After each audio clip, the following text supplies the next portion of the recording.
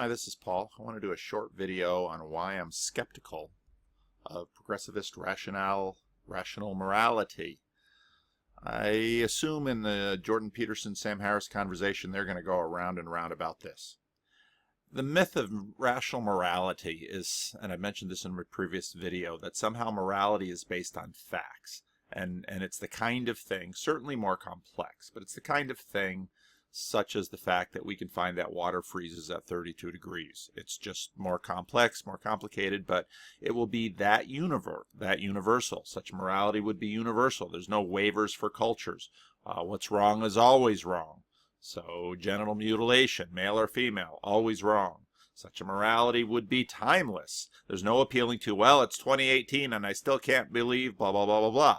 Such a morality would be wrong just as often as water freezing or other elements like the laws of physics, as Matt Dillahunty calls them. Now, almost always when someone makes an appeal for a progressivist, often, at least slightly, they're not going to say progressivist, but it's implied in their entire conversation, and they let it slip every now and then. Usually when they appeal to the year and they appeal to, let's say, dogma that can't be changed, we don't want dogma because we want to be able to change it. And of course, the assumption is that every time we change it, we're going to improve it. Well, I'm not sure we do that. But usually they immediately imply the subtraction story. And I've spoken about this. I haven't spoken about this recently in some of my videos. But the subtraction story basically goes like this. Once upon a time, there were people who believed in supernatural things. Now we know better. Those people had books and ideas and taught wrong things, especially in their stories. Now reason tells us that it was wrong. Oops, my slide was wrong. Well, and slavery is almost always what's brought up. Now, there's a fun book that I read a number of years ago called Debt, the First 5,000 Years. And it really was a great read. One of the things that I found in that book was quite surprising, because they noted that the idea of debt and slavery have been pretty closely tied for a very, very long time, almost inseparably so. And of course, debt is tied to money. So one might ask, if our political and legal ideas really are founded on the logic of slavery, then how did we ever eliminate slavery? Of course, a cynic might argue that we haven't. We've just relabeled it. The cynic would have a point. An ancient Greek would certainly have seen the distinction between a slave and an indebted wage laborer as at best a legalistic nicety. Still, even the elimination of formal chattel slavery has to be considered a remarkable achievement, and it is worthwhile to wonder how it was accomplished, especially since it was not just accomplished once. And this is something, I'm pausing from the book, and this is something that I often hear implied in these conversations, that slavery was the norm, slavery was universal until, lo and behold, in England it was abolished, and then in America it was abolished, and then people will often imply that it was secular people that were at the forefront of that. And then people go back and say, no, not really, because the American abolitionists were Christian. Wilbur Wilberforce was very much a Christian. So what particular secular justification do we have on slavery, on the abolition of slavery? Now, it's also true that there were Christians on both sides of this. And what we're going to see is that this battle over slavery has gone back and forth with Christians on both sides, but also with non-Christians on both sides, but almost always, because almost everyone was religious to one degree or another, religious people on both sides. The truly remarkable thing, if one consults the historical record, is that slavery has been eliminated, or effectively eliminated, many times in human history. It wasn't just the 19th century, oh progressivists. In Europe, for example, the institution largely vanished in the centuries following the collapse of the Roman Empire, an historical achievement rarely recognized by those of us used to referring to these events as the beginning of the Dark Ages. No one is quite sure how it happened. Most agree that the spread of Christianity must have something to do with it, but that can't be seen. That can't have been the direct cause, since the church itself was never explicitly opposed to the institution and in many cases defended it. Instead, the abolition appears to have happened despite the attitudes of both the intellectuals and the political authorities of the time. And again, if you go back and read history, the really smart people are not always the good ones, boys and girls. The people who know science are not always religious or anti-religious. History is far more complex than that. Back to reading. Yet, it did happen, and it had lasting effects. On the popular level, slavery remained so universally detestable that even 1,000 years later, when European merchants started trying to revive the trade, they discovered that their compatriots would not countenance slaveholding in their own countries. One reason why planters were eventually obliged to acquire their slaves in Africa and set up plantations in the New World. It was one of the great ironies of history. We should pause here. A lot of that had to do with, again, if you read 1493, had to do with malaria. The Europeans who went down to Virginia and tried to be farmers of tobacco and later cotton were dying off in droves because of malaria. Malaria also wiped out the indigenous population. So African slaves who had immunity to malaria were brought over. Well, where did they get these African slaves? Were they white racist slave traders running through the woods? I'm sure there were some of them, but many of these African slaves had lost in intertribal warfare and been sold. I'll often ask people, imagine, if you will, aliens set up shop here and offer a price of $1 million US per person that you kidnap and sell them as a slave. Do you think the slave trade would revive? I bet it would. Do you think a lot of our moral scruples, religious or rational, would go the other way? You can debate that. It was one of the great ironies of history that modern racism, probably the single greatest evil of our last 2 centuries, had been invented largely because Europeans continued to refuse to listen to the arguments of the intellectuals and the jurists and did not accept that anyone they believed to be full and equal human beings could ever be justifiably enslaved. And so what you tend to find in history is that people are doing a lot of justifying one way or another based on religion, based on non-religion, based on all kinds of things to either say yes or no to slavery. And again, slaves, as the book 1493 points out, African slaves were really a bad bet. Indentured servants, if they could have survived malaria, would have been a far better bet, which is again why you had the predominance of slavery in the southern part of the United States, where it was beneficial to have the West African immunity to malaria. That's why slavery happened there, and slavery wasn't anywhere near the institutional force in the North, where you had indentured servants and where you had wage laborers going on in the North. Generally speaking, human beings make bad slaves and pets. Why? We're too smart. We resist oppression. We want things our way. And so therefore slavery has a high cost about it. And of course, as many of you know, the Founding Fathers imagined that slavery was just going to disappear because it seemed like the institution was nearing its end. But then, of course, and I may be wrong with this, put the comments in the comment section, with the invention of the cotton gin, slavery received a new boost. What's more, the demise of ancient slavery was not limited to Europe. Remarkably, around the same time, in the centuries around 600 AD, we find almost exactly the same thing happening in India and China. I don't know where all those secularists came from in 600 AD in India and China, where, over the course of centuries, amidst much unrest and confusion, chattel slavery largely ceased to exist.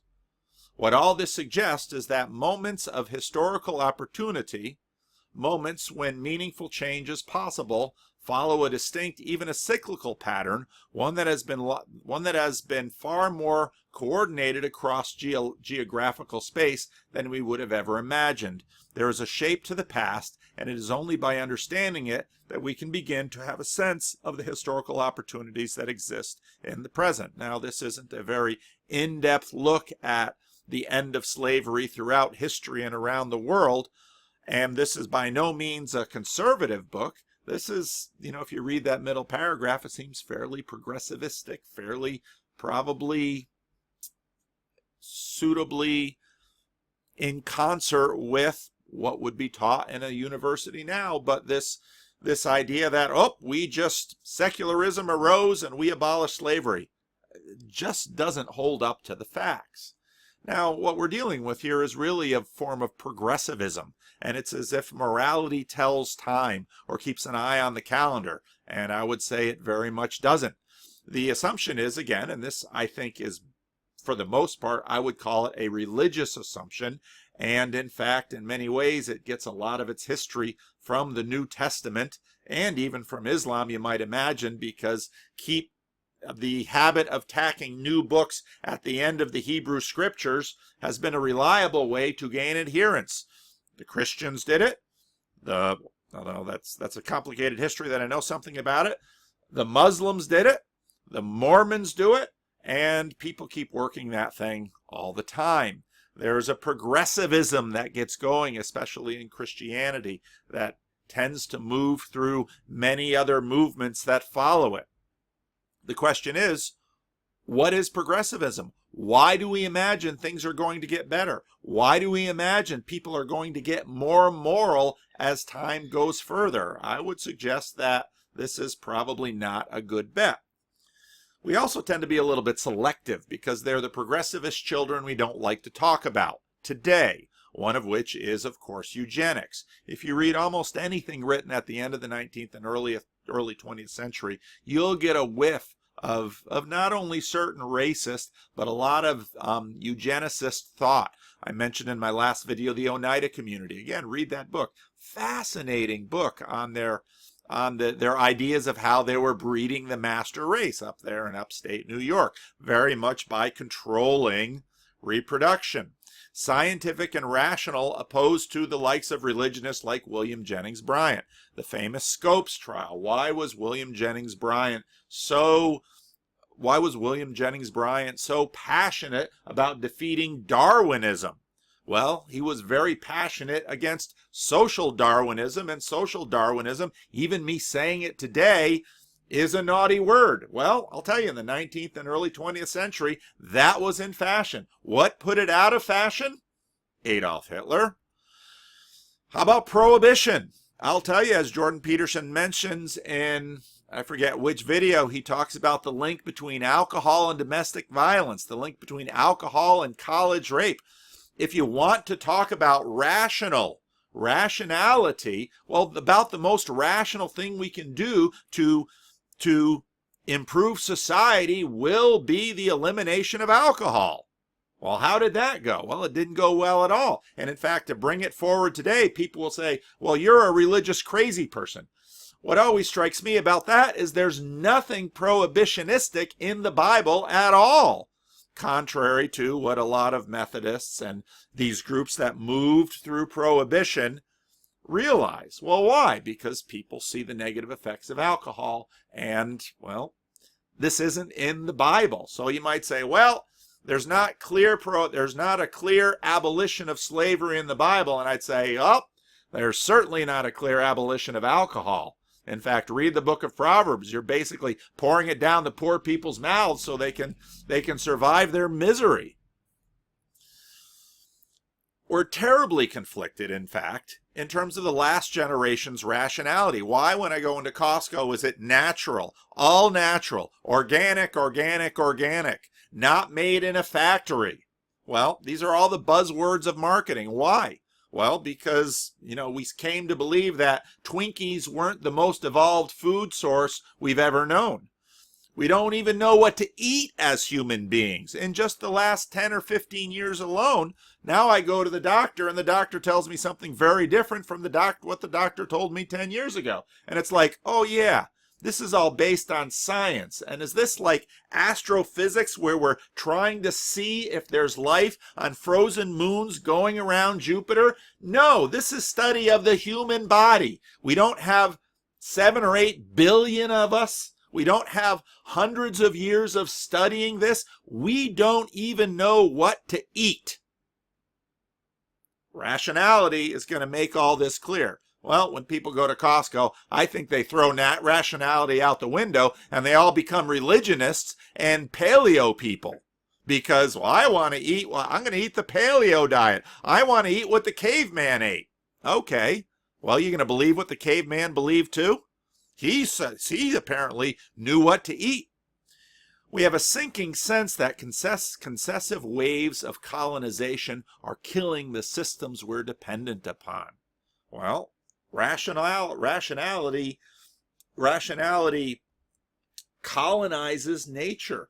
We have put nature on a leash, and now we're trying to figure out if that leash we put nature on is killing us as we slowly strangle nature.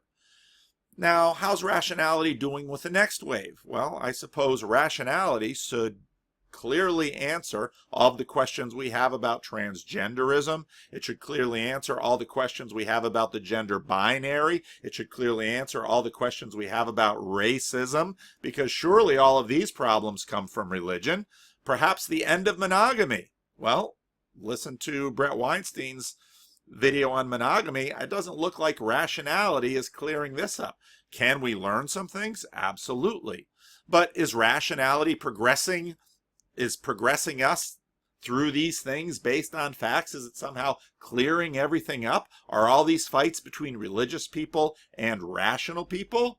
Doesn't appear that way to me.